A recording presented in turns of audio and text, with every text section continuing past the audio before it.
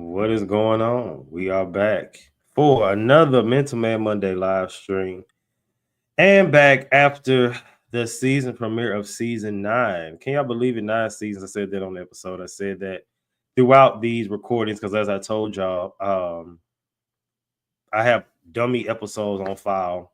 So it's really just waiting on just kind of pushing them out as we go. But like I told you, that episode was recorded the day before. So it dropped on Thursday, it was recorded Wednesday.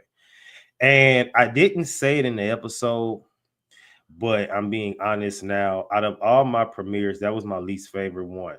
Um, didn't have no haircut at the time. I got it literally the day of. I'm usually in the studio downtown. I wasn't able to do that. So when I do go downtown, I'm telling you now, that video, if I don't go viral, I'm gonna quit. I'm gonna pull the same thing that Kanye West said in like 08 when he was like, if I don't sell 1 million records, I'm quitting rapping. Like, that's how I feel. I'm gonna quit podcasting if them clips don't go viral. Because the topic I have and the stuff that I'm gonna say, it just gotta happen. So unless you want me to quit, and I am a man of my word, you better make go viral. I'm telling you now. All right, y'all. So I have a guest today. I actually was planning on getting on here for probably like 20 minutes, and I was just gonna give my hot takes and I was gonna get right back off. But because somebody sent me something today, and I was like, well, I actually was gonna talk about this today, but since you sent it to me and we had already said before, like I was like, he need to jump on. This guy met him a few years ago now. It was end of 21, I believe, actually at the airport.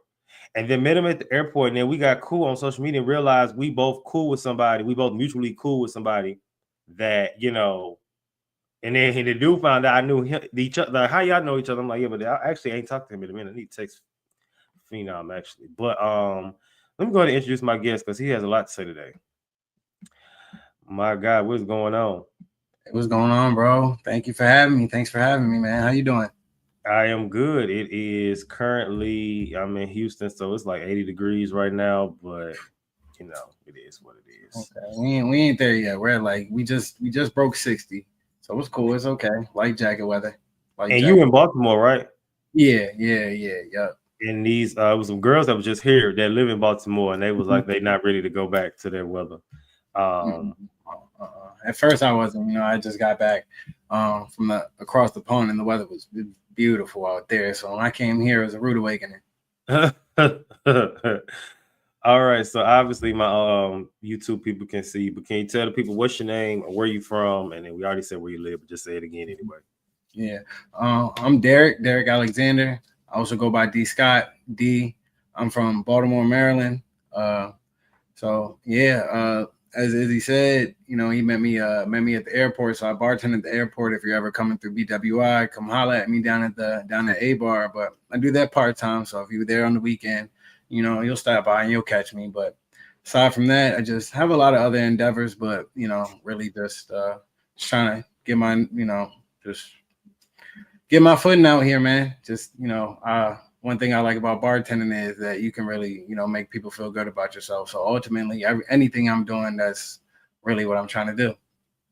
All right, good stuff. So let's go ahead and just jump right into it today. So like I said, since we was on a 3-month hiatus with the podcast, and obviously we're back now, but when in season, we always start off the live stream recapping the most recent episode. So the most recent episode was titled, which was the track 1 of the As a Man series, volume 2, and it was titled As a Man, You're Not Him Yet. So before I ask for your hot takes, I have to give a little BTS. So that was the out of the whole series that has been, I actually have one more episode to record for the series, but that was one of the ones I didn't know where to go with it. I'm like, I had all these episodes recorded, and I'm like, okay, I need to find a way to start it off. So I used my creative my executive assistant, ChatGPT, to kind of play around with it as I was trying to figure out which topics to put on which ones that was actually made the final cut. Like I told you, I think I'm a rapper for real. Which ones made the final cut, which ones didn't. And I didn't have a starter. I'm like, dang, I don't have no starter like episode. So it was just like based on what you're doing and where you're going, you should try to do something like talking about as a man, and it kind of, you do use it enough, it kind of figure you out and play, what you like. And so it was like talking about you not him yet. And I was like, and I hate the phrase him. I hate that. Like when dudes be like, I'm him, like, bro, gone.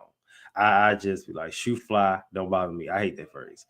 But ultimately, I get the message behind, like, you want to be that, we on the live stream, I can say it here, that nigga. You want to be that guy. I get it. So, but it's just that phrase is annoying. And then when I think of him, the first time I heard it, like I said in the episode several times, I think of him from the Powerpuff Girls. And I don't think you want to be compared to that. I don't know, not saying you, I'm just saying people in general. Somebody might. So my first question is, what was your take on the episode? Did you finish it? What's up? Yeah, I finished it. I actually ran through it twice because I enjoyed it so much. Is it just?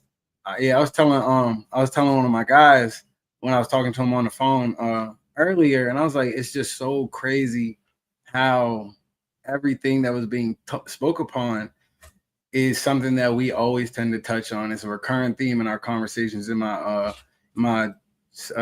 group chat, we got a group chat that's called Sophista Bros, and it's a couple of in there. So I mean, the conversation that I have with those guys, just even on an individual basis, like a lot of that just kind of covered a lot of the things that we talk about. So that, like, I just enjoyed how I was able to just relate to like the topics that were being touched upon. Okay. Okay. I like that because that's the goal. And that's honestly, I never believe, because I think you found out about my podcast. So that was 2021 going to 2022. So that was the beginning of my soft rebrand with season 6. But the thing was, either that was right before. Yeah, I think it was right before it started. Or did it? Yeah, it was right before it started. But anyway, even going back to that, like I said, going back into this season, I had to get back into, not that I lost being relatable, but I had to really bring that back, because to this day, episodes from my first few seasons, before I got the experts, before I got the these super popular people, my guess was my friends. So, which I wanted to get back into incorporating, and you're gonna see that a lot this season. You're gonna still see the experts, but it's going back to these type of conversations on an episode. Granted, the live streams are still needed too, but though these types are just interviews and just saying, hey, what you doing? What you doing next Friday? You want to get on a podcast? Yeah, let's do it. Like, going back to that, because to this day, them episodes, most of them back in the day, audio only, and them hoes still getting pushed, like still getting streamed daily. You know what I'm saying? In some cases, and it's like that episode was recorded 4 or 5 years ago. When I was doing a throwback, or getting ready for this season, I was doing a highlighting old episodes. I was highlighting episodes from season 5 literally 20 some pounds ago in this exact spot with my homeboy. And then we had my homeboy, my editor at the time, used to record in person. Then we had that set up. We record in my house, talking about stuff that still, is today. So that's why I tell people, if you want to get into content, unless you trying to be the next Charlemagne, unless you're trying to be the next Joe Budden, create evergreen content, stuff that they can talk about in years to come. And like I said, with this, we can turn 50 tomorrow. The stuff we was talking about in most cases still gonna be relatable to the next generation of men. Okay, so then now I'm gonna just try to get messy. So what was your take on the reference to when I said men, well, this is what I see, that you're him, like you're this that character? So let me preface it with this. I think I'm hardly on Twitter, X, whatever y'all want to call it. I think my name on there is still Hemi Buffett, but that's just because I felt like I haven't seen that one yet. It was when him was kind of new. It's like I haven't seen that one yet. I feel like that's clever, but I'm not one to really want to sit there and poke my chest out and say I'm him. That's just me personally. Now, if that's what others choose to do, then so be it. But the way I see that is, if you're continuously saying that, there's like a difference between speaking something into existence or kind of speaking false confidence. And that's kind of how I see that, honestly.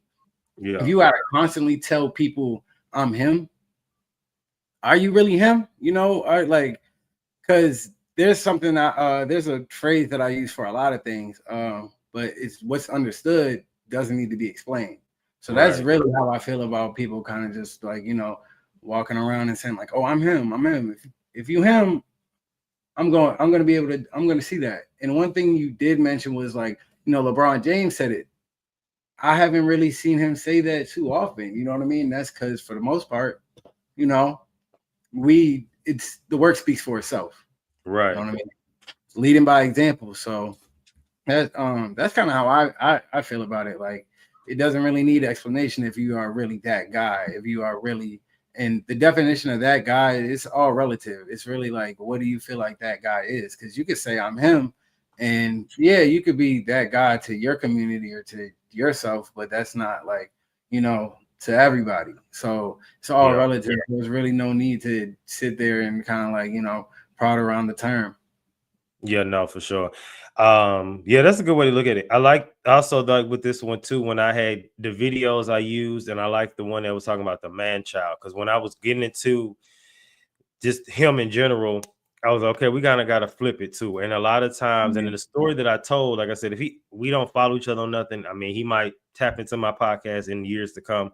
But that's the scenario I described was based on a true story. He doesn't know that I said that, but I also don't believe that he even knows I know about that story. But long story short, it was a person, for those that don't know, just, quick recap. Guy was cool with, he was cool, cool content creator. He's great, and he's one of the ones I fear for. And I say this respectfully because I would hate because when people like that don't get caught and they think they can do what they want to do, it kind of like boils over. So you'll keep being a build up on different things. And then one day you get put on blast for all this stuff you done did, and now it comes off like you a fraud. So my suggestion to anybody who, and let me say what he did. It was basically he had a real bad temper, and very, very like, you got to go back in the episode and watch. I don't want to keep, paper trails of what I said. But he was very aggressive, very abrasive, very, didn't get his way. There were times where I will say what he did to me, because this involves me. I looked up one day and I was blocked on everything, but I partially know why. I'm gonna tell you after the camera go down. Mm-hmm. And then I guess we ended up refollowing each other again, and then talking about stuff, and then he ended up unfollowing me again. I unfollowed him. So, but yeah, he did it to another friend of mine that was a mutual friend, because the friend called me and was like, "Yeah, will you talk to so and so later?" I was like, "Nah, what happened?" He was like, "I think he blocked me," and I said, "For what?" He was like, "I don't know. We ain't talk." I was like, "Oh, okay." They ended up getting past that though. I don't know what happened, but that ain't in my business. But before we move on, what is your take on man child? Do you have any homeboys that are man children, and what's going on? Because I had a friend who actually listened to it. He's a blogger in Vegas, and he said like he just had to cut off one of his close friends for something like that. Yeah, it's crazy because when you were telling that story, it reminded me of a similar situation with a past friend of mine, and try to keep it brief. But really, it was he was just very codependent, just very emotional, and it really took somewhat of a, not many would say it's a traumatic experience, but he took something that was so small and turned it into a traumatic experience. And it was really able to show just kind of like, bro, you're throwing a huge tantrum. At the time when you were 24, like, you're 24 doing this, that, and the third. Like, everything you do has consequences behind it. And you giving off this persona on social media, in real life, this, that, and the third. But also at the same time, like what you're doing is not reflective of what you're saying, And then and I would try to be there for him for sure. Like that was my homie, that was my dog. You know what I mean? Yeah. Like still tight. We not as close as we don't have the same dynamic that we had before. I always wish him the best. I always wish him to be successful. We was friends, so I ain't gonna sit there and wish him no harm.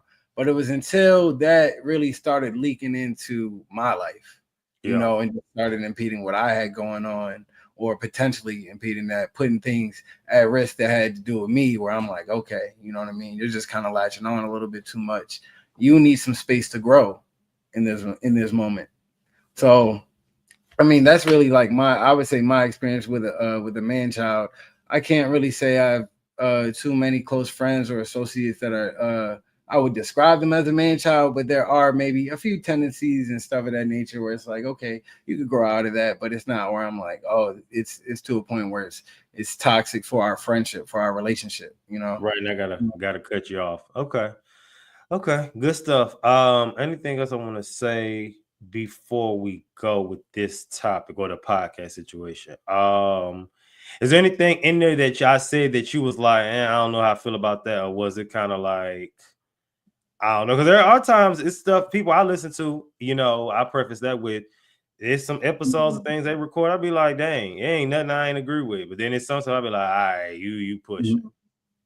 I would say one of the things that I was a little bit, if I won't say 100% disagreed on it, but it was going into the fear of commitment, Yeah. Now my thing is it fear of the commitment or is it knowing what it's going to take to make that commitment? Because there's, commitment goes a long way. That's kind of like a 24/7 kind of thing, depending on what it is. Like, you can commit to a job and that's not a 24/7 thing because, it's 5 days out of the week, 4 days out of the week, whatever it might be. But I feel like sometimes it's not always a fear of commitment. It's kind of like, I know what it's going to take and I understand that I'm not equipped to do that now.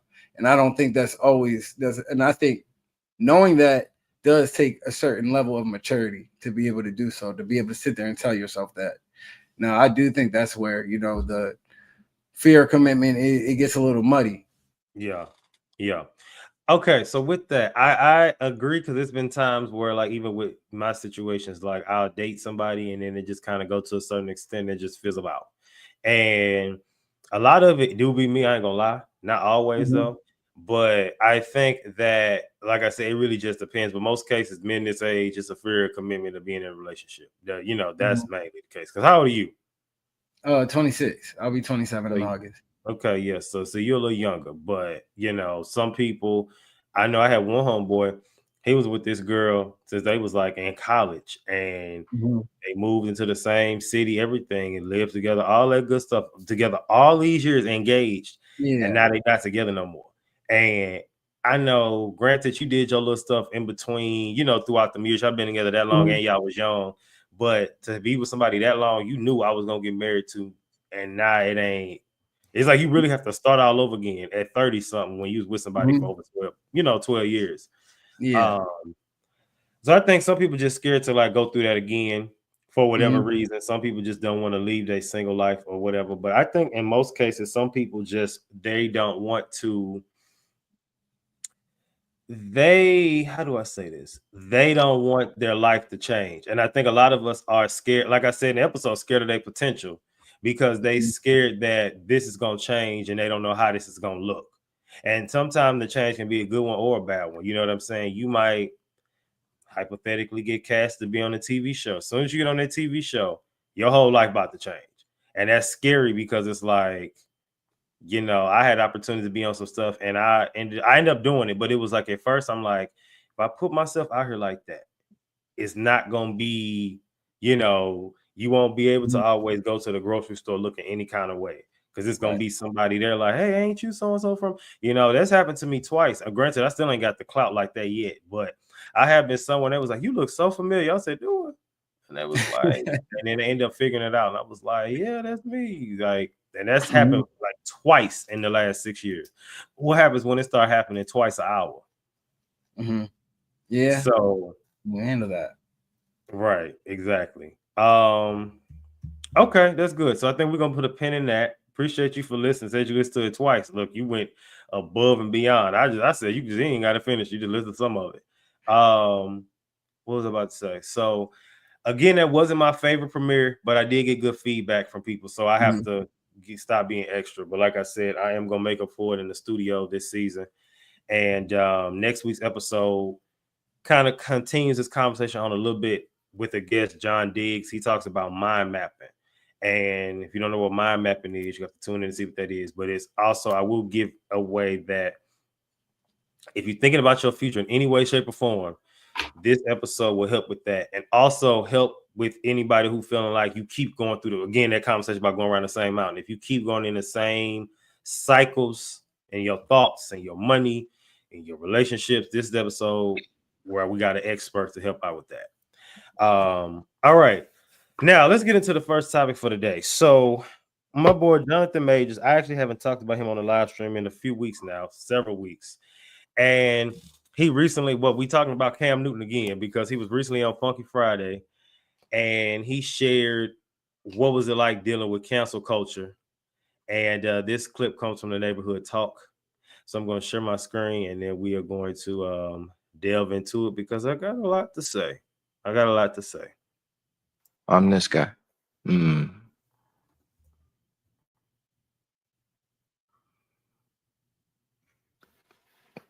Shit went crazy. You know what I mean? And the whole world gave me a narrative. Okay, this is who I am. I'm this guy. I don't want to be that guy. You know what I mean? I don't think I'm that guy, but I don't want to be that guy. And then people talk about, a comeback or it's not a comeback. You know what I mean? It's a rebirth. You know what I mean? It's complete rebirth. I think we have to make space for people to have those moments. We talk about it all the time. Oh, well, apologize, do better. But then someone tries to do better and they go, oh, no, he's full of shit. Well, I don't want to talk about that. You know what I mean? I don't want to touch that part where I go, oh, okay, so now it's not real because you don't want to see it. Right? But to the point, something had to die or I was going to die. You know what I mean? I was going to go down the road that I didn't want to go down. You know what I mean? And bring everybody that stuck around with me.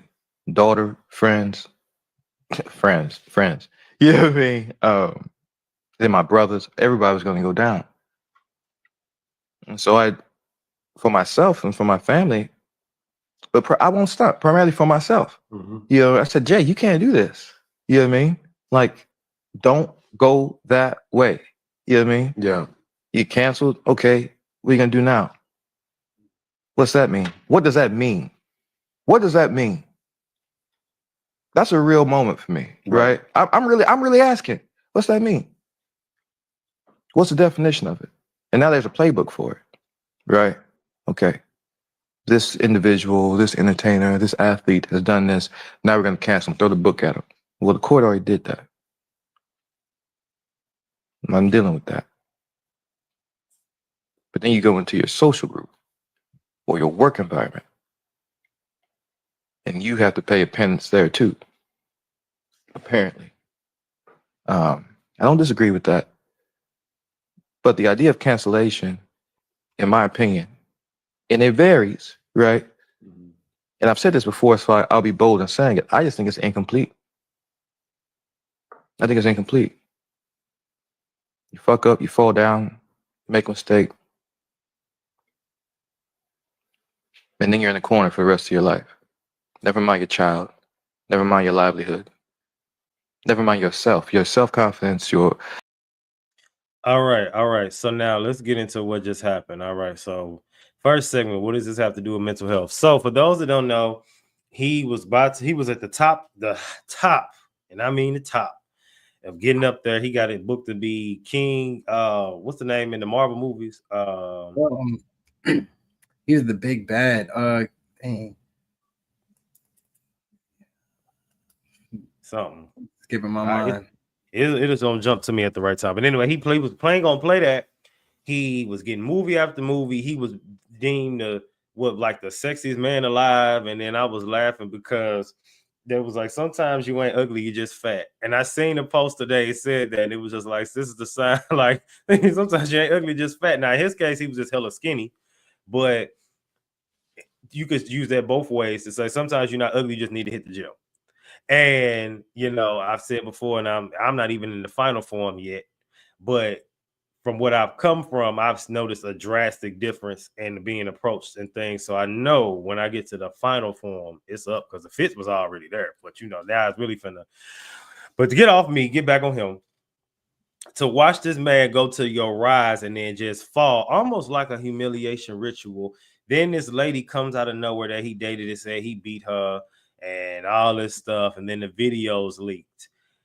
What I will say is, mental health is the definition is the study of how we act, think, and feel. So with that, if we try to get to the root of why how he act that way, think like this, feel like that, I will say during them times, I didn't really see him talking publicly as much. Do you recall him saying anything publicly around that time when he was being, annihilated per se? No, he was at least to my knowledge, he was very silent about that. If he did say something, I don't remember. I didn't see it. No. And And that was so, something that my friends group was talking about. So yeah, I was. Like around the time that he was like that cancel culture going on, because like right before, like you said, he was on top. So we were already like, oh yeah, he's got it. Like he's here. And then that was going on. So I mean, we're staying fairly up to date. So I mean, I don't recall hearing him say anything around that time. Yeah. I got to get messy. So, do you feel as though if she was a black woman and not a white woman, this situation would have caught as much flack?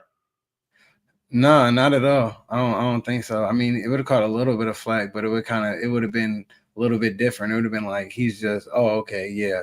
Just like we thought he's, another like where kind of like it would have been expected in a sense. So Yeah. I feel like with it happening with a white woman, it was like able to seem like a bigger blemish, even though if it was a black woman, yellow woman, green woman, no matter, it still would have been the same, you know what I'm saying, same situation, but the public definitely would have looked at it differently. It would have just been like, oh, this is expected. This goes along with the narrative. Right. Yeah, definitely. Now, next segment, WWID. What would I do in this situation? So, one thing, like I already said, I like that he was quiet. He wasn't out here talking too much. It was really kind of like that. I'm already breaking down in silence. I'm not finna publicly crash out. Like, you not finna be, because to me, that feed more into the narrative, because it's like, okay, angry black man, now he out here big and muscular punching on people. He did the right thing. He was out here dancing. He got a meme of him dancing. So, you did right. You just got people thinking you just, you dancing the hate away, you dancing the pain away. I don't know. You wasn't out here drunk, you wasn't out here high. You might have been all them things in the house, but in them streets, you wasn't letting them talk about you. I think about an old Wanda Sykes comedy special years ago, and I remember she was like, her mom used to say, "Don't do that. White folks is looking at you." So, do you feel that we have to still, in this economy, in this world, do things with the mindset that white folks is looking at you? We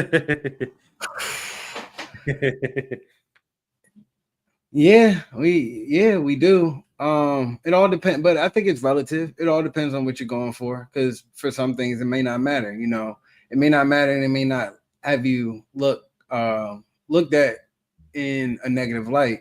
Now, I would say with Jonathan Majors, yeah, I mean he definitely does, because it comes with the territory. Like you on top, you know what I mean? Right. Like, well, it does kind of matter.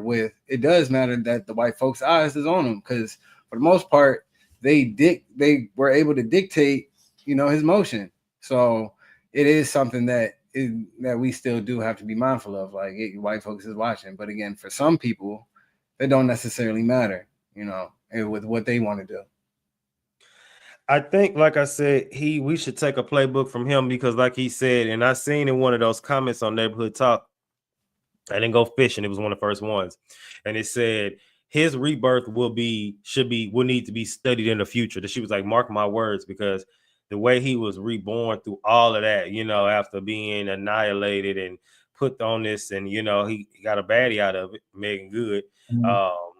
We find out who your friends, and when he made that comment about friends, I don't know. And like I said, I didn't watch the whole interview, but I know when he made that comment about friends, I felt that, because it kind of was like he was saying friends, like, these type of situations expose who your friends are. So when you go through those tough times, who going to be there for you, who not. And, he got married, happily married, his career is back, about to be probably better than ever.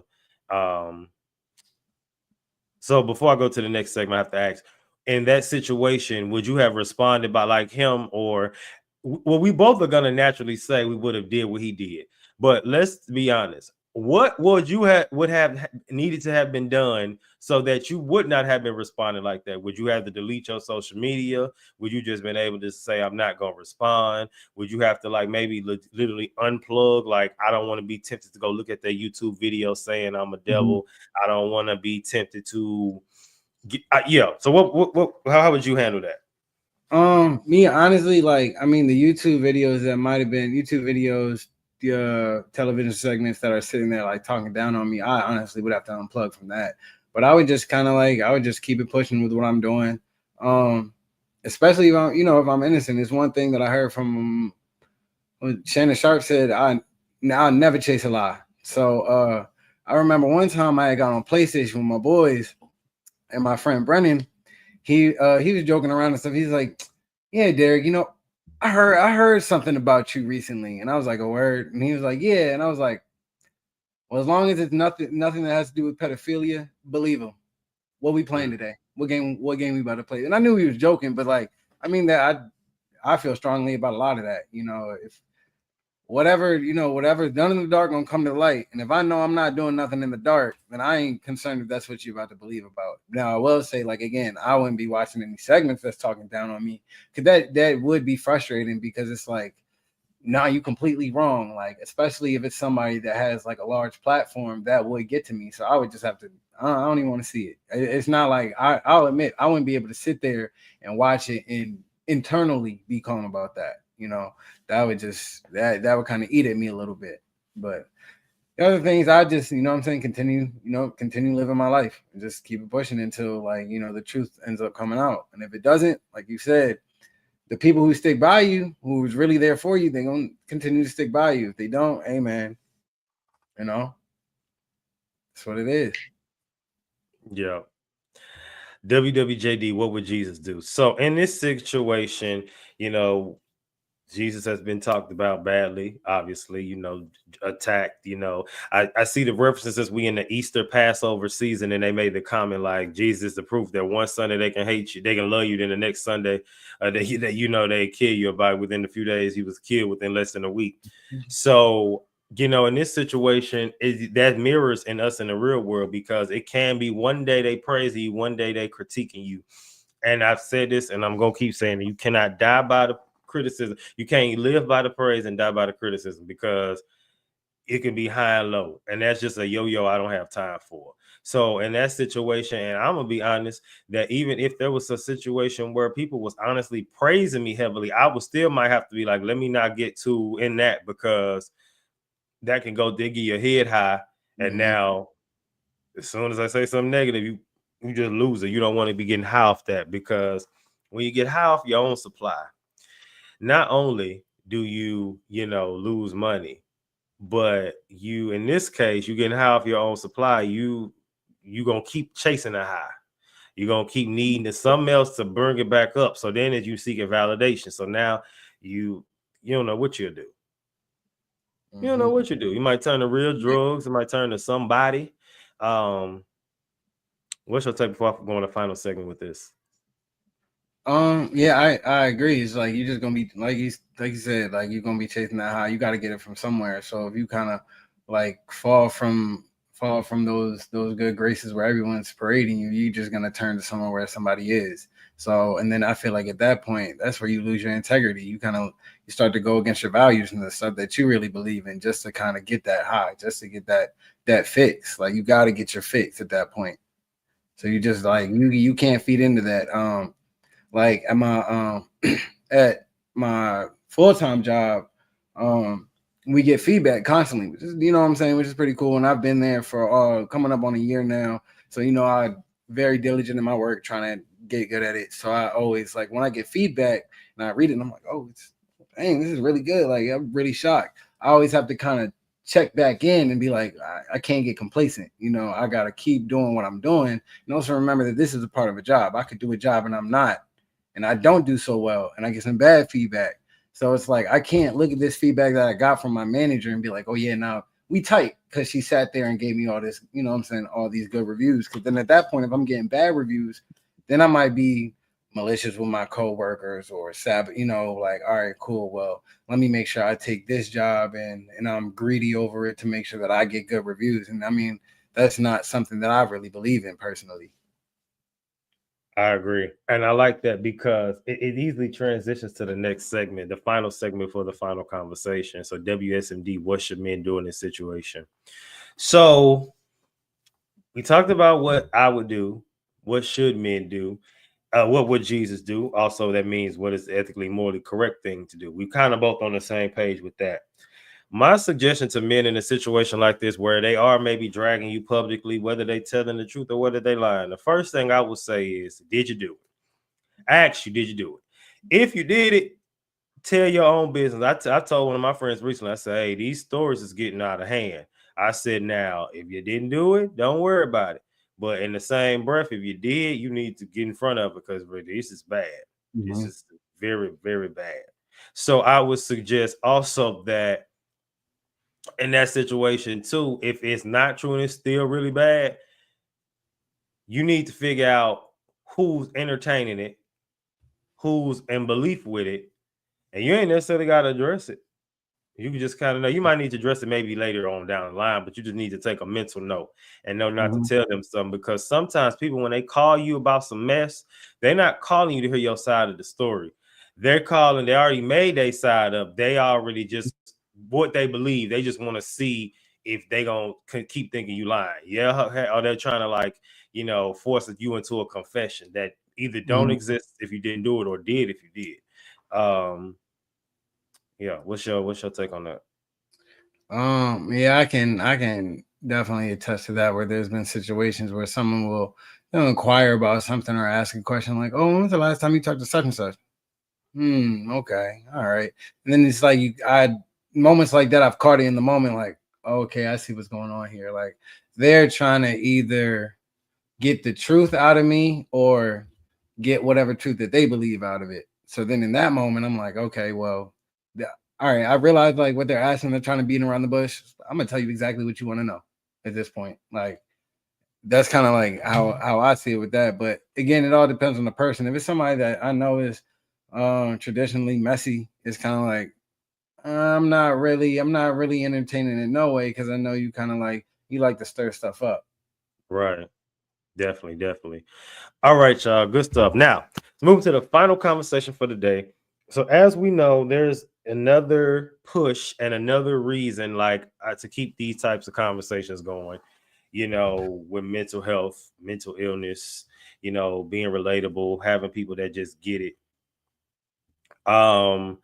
And there was recently another tragic suicide. As you know, I literally said last week, one of my cousins committed suicide now 3 weeks ago. One of my close friends, like a brother, he committed suicide at the end of 2021.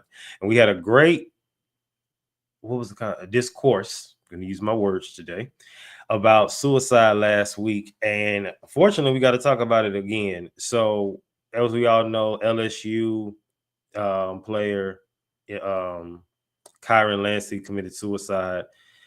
Now what was it? A few days ago? Was it last night? It was. I think was it is at least a couple. Might have been a couple of days ago. I don't think it was last. So, just to give a debrief about the scenario for those that don't know, he was in a fatal hit and run last year, going down the wrong way, and he fled the scene. Was alcohol in? Was there any foul play like that? I haven't heard anything about any sort of inebriation. I don't want to cast any aspersions if it was, Yeah. if there was or there wasn't. I don't think there was, though. As far as I'm concerned, I haven't heard that, or I haven't seen it in what I've read. So I have a quick video we're gonna watch, and it's just the world reacting to his death. We are going to watch this real quick, and then and it's Kyren Lacy, excuse me, the auto type. Anyway, let me share my screen and or autocorrect, I should say, and let's watch this video real quick, because it's sad that people have to celebrate you like this. News broke early this morning that former LSU wide receiver Kyren Lacy had passed away by taking his own life, and the football world is shocked. Jaden Daniels posted on Instagram, sharing photos of the two together. He wrote that his last college touchdown was thrown to Lacy and said it was always us four, no matter what. He called him a real one. Said Lacy brought energy and positivity every day and made it clear he had his back no matter what. Justin Jefferson posted a tribute on his story. Jamar Chase kept it simple on Twitter saying, "Damn, rip Lacy." Sometimes those short posts hit harder. Odell Beckham Jr. said, "Rest easy, lil bro." Along with a photo of them together, Angel Reese spoke on a deeper level. She posted, "Mental health is real. Check on your people. You never know what someone is going through." It wasn't just about Lacy, it was a reminder to all of us. AJ Brown also shared his thoughts on X. A few other active and former NFL players chimed in too, showing love and sadness. Rapper Boozy even posted a video saying how messed up this was and told young people to speak up if they're struggling. Yeah, for Kyren Lacy, man, I'm lost for words too, bro. This video was so passionate and straight from the heart. Lacy's dad shared this really heartfelt message on Facebook. This one shook a lot of people. He had that energy, that spark. People felt it. This situation is heartbreaking. Kyren was so young, talented, and clearly loved by his teammates and community. The way everyone reacted, Jaden, Odell, Angel Reese, it shows how real he was off the field too. It's a reminder that people can be smiling and still fighting battles we don't see. This one hurts. Rest in peace to Kyren Lacy.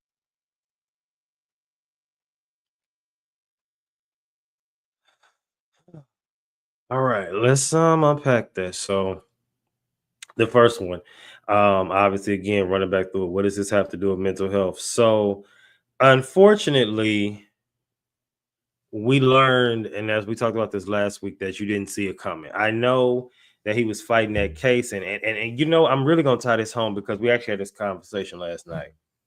After I went to a birthday party in the backyard, the girls I was telling you that was in town and my one home, but we came back to my apartment. We talked for like 3 to 4 hours. I didn't go to bed till like 4 o'clock. And we didn't talk about this, but we were just talking about mental health was one of the topics. It was almost like you should have had the cameras rolling for the podcast. But in the conversation, we talked about, you know, this type mental health and that kind of thing. And we talked about my one homeboy who committed suicide and was saying how in this situation, he had already was fighting a DUI. He was going through obviously other mental turmoil as well. But he was fighting a DUI and he was drunk again one night and then he ran into a car. And I think his license plate was left at the scene of the crime. I don't want to hope I'm not messing that up. And I'm talking about my homeboy right now, not Kyren, but I'm tying it all home.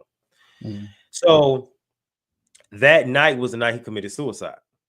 And I guess in his mind, you know, I don't know, because I know he's going through a lot. He was already fighting one case, and then it's like, dang, you fighting one case, and it's taking all your energy, time, and money. And then it's like you was drunk and hit somebody else. So it's like, dang. And granted, no one passed away or anything like that. It's just like they gonna get you because it was your license plate left there. So it's like, dang, now I'm about to go to jail. And although I am not an advocate for jail, a lot of these situations similar to Kyren, where I guess he probably felt like, dang, I'm about to get locked up. It ain't looking good. I'm about to go get locked up. Even if you went to jail, the two situations mirror, because if you would have went to jail, you might have been in jail maybe 3 years, maybe. Nobody wants to go to jail, but it's like you wouldn't even been in there that long. And it's just unfortunate that the prison system is so what it is that some people say, I would rather end my life than go to jail. What's your take on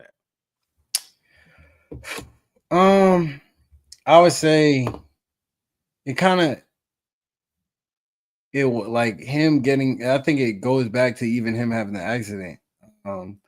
Because again, not 100% sure if inebriation was involved, but I mean, if you're going the wrong direction, I'm not saying that's inebriation. Maybe you're just a little bit of a reckless driver, or a little bit, you know, off the chain. Just in some situations, not all the time. But right. I mean, the people around them, you gotta if you really love somebody that's near you, gotta hone them in. You gotta just really, even if it's getting on their nerves, you gotta really just kind of speak reality to them. And I mean, it's kind of tough. Just being like trying to speak that to somebody that's an adult, considered an adult legally, but especially somebody that's like on that platform. And it goes back to what we were saying earlier, where you can't really feed into them praising you too much, because then you kind of start to lose grip of reality in that sense. So I feel like though, like that shows that people, you got to be more aware of what the people around you are doing, just kind of like look into that a little bit more, be a little bit more analytical. Yeah, they might call you anal, but what I'm saying, if you truly love them, then those are the signs you're gonna, that you need to take heed to. And then I would say, especially like during the season as well, he's doing well, highly touted prospect, projected to go in the first round, possibly second round. That's still amazing in the NFL. Right. It's like still those around him still keeping him in reality, like, not trying to make it negative, but just keeping his mind at ground so he doesn't get to this high. And then it's like, oh yeah, because I think this was yesterday, because I think the court date was today. So it's like, so now, I did great in the combine. I did solid during the season. Now I won't say they had amazing team success, but still he did very well this year. And it's like, now I gotta deal with this court case coming up. Wow. So it's like the fall. I think that this was the very beginning of Money Heist. They said the fall from heaven is devastating. And I just, I just think it just hit him so hard. He didn't really know what to do in that situation. So I feel like, again, like, it's your surroundings that are just very vital. That's kind of like what I'm taking from it, from that standpoint. Now let's go to the next segment. WWID. What would I do in this situation? Now, as we know, mental health study, how we act, think, and feel. And in a situation where you feel like there is no way of escape, and like I said, there are two scenarios with two young black men who rather said, I'd rather unalive myself than go to prison. Do you think suicide in itself is selfish? Why not? Yeah, I would say, yeah, I'd kind of have to say it is. And I want my comments to sound insensitive. I haven't had any friends that have ended up on the other side, but I've had a couple friends that were like very close, like at the edge, like made attempts to do so. And it's like, you got to think about it, like, especially in this situation, you're driving on the wrong side of the road. That's not, that's can't really say that's necessarily an accident. So it's like you're doing things, and you got to understand, like, you can do anything in this world, but there are consequences to your actions.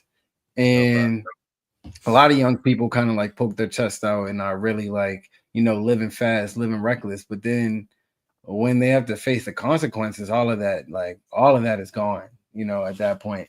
And it's very unfortunate for the young man. I hope, I hope he rests in peace. I hope his soul was able to achieve like what he desired. But like now it's like, again, another man died in the hit and run. Who's to say that man's family isn't going to be out here ridiculing his family? You know what I'm saying? Now they got to deal with all that grief. Now they got to deal with all the negative publicity, or even seeing, like, just like you were saying, it's unfortunate that this is the way that he has to be glorified because of, him taking his own life. And that's not, that's not necessarily, that's not the answer, to the problem, in that point. Like you said, no one wants to go to jail. No one wants to go to prison, but killing yourself is not the answer, because everyone around you, those that love you, your family, your friends, they have to deal with the aftermath. You necessarily don't. None of us know what's going to happen when we die. So who's to say that, killing yourself is going to solve your problems at that point? So, yeah, unfortunately, I would have to say that, it's selfish. And somebody that's really close to me in my family, not going to disclose any names because I feel like they only told me, but they were saying, like, I thought about it for sure, but I sat there and I realized, like, if I did that, so many things could possibly tumble down. Now, very solid support system, but yeah, for the most part, that would be devastating to all of you guys. So, like, yeah, and in turn, it is selfish. It doesn't solve much at all, really. So with that, like I said, and you said you tuned in last week to the live stream.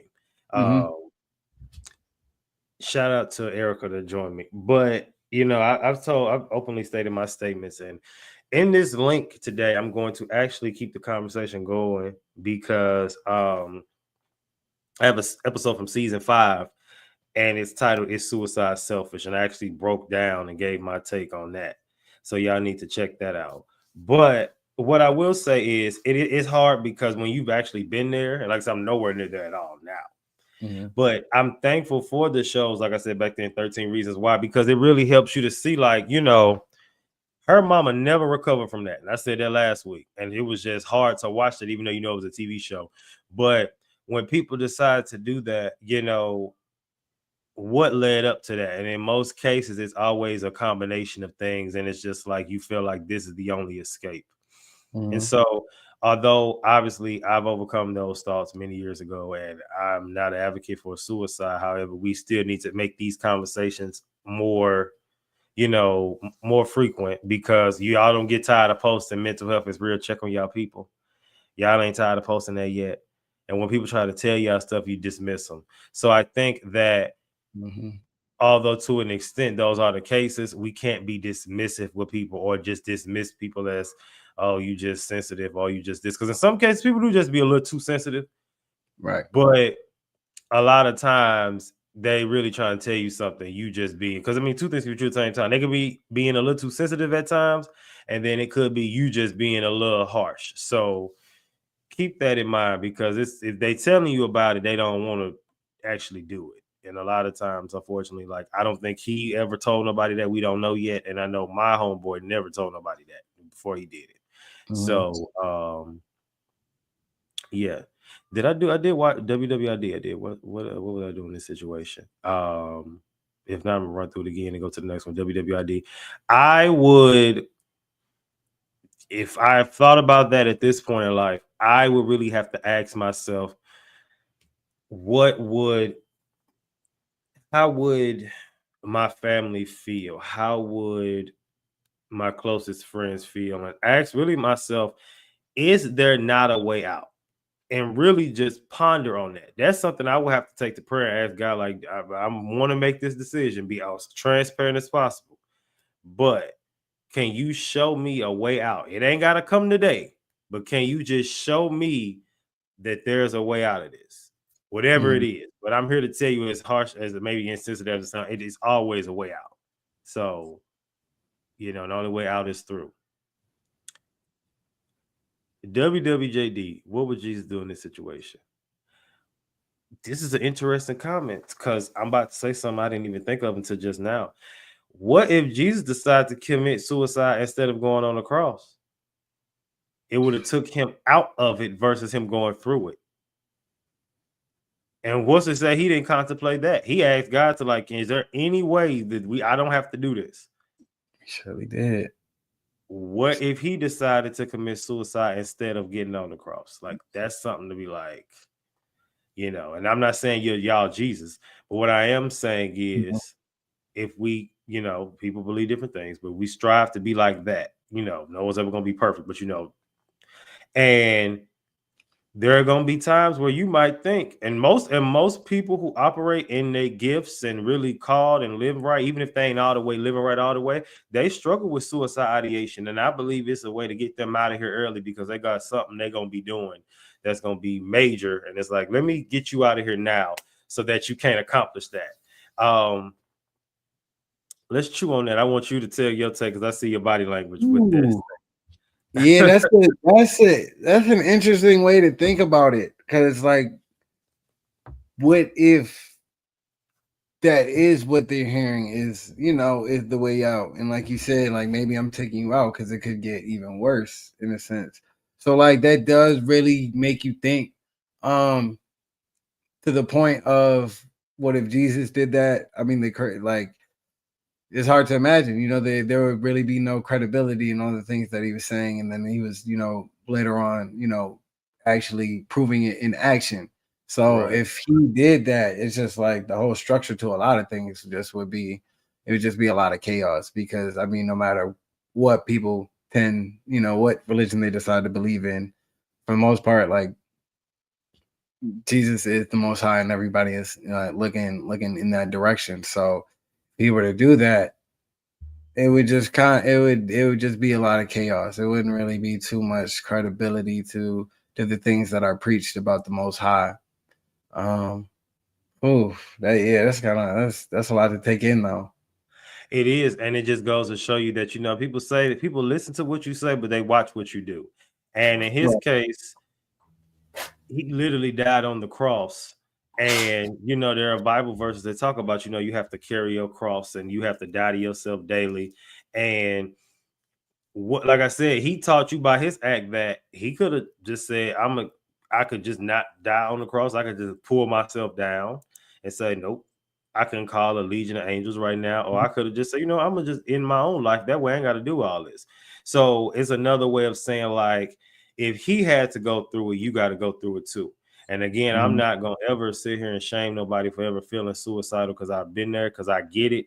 But in the same breath, you have to remember, it's something with you that's just too good to what you need to do on this earth. And I'm trying to get you to take yourself out, so that the devil trying to get you to take yourself out so that you can go ahead and go, and then boom, the plan is aborted. So keep that in mind moving forward. If you ever think that you want to do that, somebody gonna stumble upon this at the right time. Finally, WSMD, what's your man doing in this situation? I'm gonna let you start it off. What's your take? Because I know you and your friends had a great conversation and just unpacking all of this. So what do you think men should do in a situation like this? Suicidal ideation, feeling like there's no way out. Honestly, I mean, the most constant narrative ever is gonna be like, oh, you should talk to somebody, and of course there are situations where they're telling their people and they just dismissing it. They're not really paying any mind to it, or they showing the signs and the conversations aren't really thought-provoking. Or sometimes I have conversations with friends, not in reference to suicide, but just like I sit down and I realize, like, oh, they don't want to talk. They just want someone to listen. So I do know that there's situations like that. In working in bartending at the airport, like bartending people, like, I mean, you see it on TV shows, but in movies, but it is really real. Random people do have, like, will sit there and trauma dump on you.